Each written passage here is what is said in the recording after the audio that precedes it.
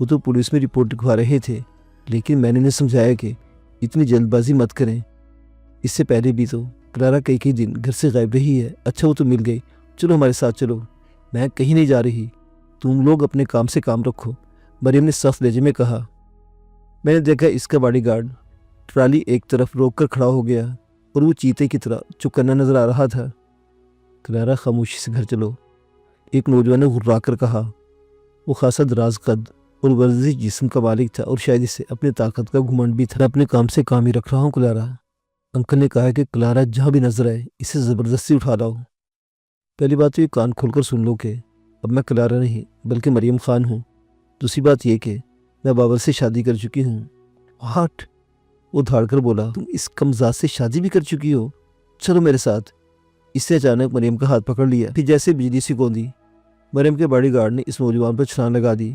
اس کے جبڑے پر اتنا زوردار گھونسا مارا تھا کہ وہ الٹ کر گر گیا۔ دوسرے نوجوان نے وہاں سے بھاگنے کی کوشش کی، لیکن گارڈ نے ٹانگ اڑا کر اسے بھی گرا دیا۔ اس کا کالر پکڑ کر سر اتنے زوردار انداز میں فرش سے مایا کہ وہ بے ہوش ہو گیا۔ مریم پر ہاتھ ڈالنے والا گالے بکتا گارڈ کی طرف بڑھا، اس کے منہ سے خون بہہ رہا تھا اور جبڑے کی تکلیف کے باعث الفاظ بھی درست نہیں کر رہے تھے۔ اس سے چیخ کر گارڈ سے کہا، تو مجھے جانتا ہے میں کون ہوں؟ میں صرف میڈم کو جانتا ہوں، گارڈ نے سخت لہجے میں کہا۔ اگر اب تم نے ان پر ہاتھ اٹھانے کی کوشش کی تو میں تمہارے دونوں ہاتھ توڑ دوں گا۔ میرے ہاتھ توڑے گا؟ نوجوان نے خون تھوکتے ہوئے کہا۔ کوشش کر کے دیکھ لو، گارڈ نے سخت لہجے میں کہا۔ نوجوان نے اچانک پستول نکال لی اور جھپٹ کر مریم کی کنپٹی پر رکھ دیا۔ چل اب میرے ہاتھ توڑ کر دکھا، میں تیری میڈم کی کھوپڑی توڑ دوں گا۔ گارڈ نے سیکنڈ کے 1000ویں حصے میں پستول نکالا اور فرش پر گر گیا۔ میں سمجھا شاید وہ پھسل کر گرا ہے، لیکن وہ جان بوجھ کر گرا تھا۔ نوجوان کی توجہ لمحے بھر کو مریم سے ہٹ گئی۔ وہ اس انداز میں کھڑا تھا کہ مریم کو اس سے اپنی ڈھال بنا رکھا تھا۔ گارڈ پھسلتا ہوا مریم تک پہنچا، پھر نہ جانے کیسے اس نے پستول بردار نوجوان کی پنڈلی پر بھرپور ٹانگ رسید کی۔ یہ انتہائی خطرناک حرکت تھی، پستول بردار سے اچانک فائر بھی ہو سکتا تھا۔ اس کی وہ بھرپور ٹانگ مریم کے پیر پر بھی لگ سکتی تھی۔ پستول بردار لات کھانے کے بعد پھسلتا ہوا دور جا گرا۔ اس کا پستول بھی اس کے ہاتھ سے چھوٹ گیا تھا۔ گارڈ نے پھر اسے اٹھنے کا موقع نہ دیا، پہلے اس کی دائیں کوہنی کے جوڑ پر ٹانگ ماری، پھر بائیں کوہنی کا جوڑ بھی ناکارہ کر دیا اور سرد لہجے میں بولا، میں نے کہا تھا نا کہ میں دونوں ہاتھ توڑ دوں گا۔ اب بھی اگر ہمت ہے تو میڈم کو ہاتھ اٹھا کر دکھا، میں تیری دونوں ٹانگیں بھی توڑ دوں گا۔ پولیس والے اس کی طرف بڑھے اور پلک جھپکتے میں اس کے ایک ہاتھ میں ہتھکڑی پہنا دی۔ یہ آپ لوگ کیا کر رہے ہیں؟ مریم چیخ کر بولی، یہ میرا باڈی گارڈ ہے، یہاں کے بے شمار ایسے لوگ مل جائیں گے جس بات کی گواہی دیں گے کہ مسٹر ٹونی نے مجھے کڈنیپ کرنے کی کوشش کی، پھر میرے باڈی گارڈ کی مداخلت پر گن نکال لی۔ پولیس افسر نے ٹونی کو بھی گرفتار کر لیا ہے اور مریم سے کہا، میڈم آپ کو پولیس اسٹیشن تک چلنے کی زحمت کرنا ہوگی، یہ صرف فارمیلٹی ہے، اس لیے پریشان نہ ہوں۔ اوکے آفیسر، مریم نے کہا۔ میں اپنا سامان گھر چھوڑ کر پولیس اسٹیشن پہنچ جاؤں گی، آپ میرا سیل نمبر اور ایڈریس نوٹ کر لیں۔ اس کی ضرورت نہیں میڈم، وہ تو ہمیں ٹونی سے مل جائے گا اور آپ کے باڈی گارڈ سے بھی۔ وہ ٹونی اور مریم کے باڈی گارڈ کو لے کر روانہ ہو گیا۔ معزز سامعین و ناظرین، داستان ابھی جاری ہے۔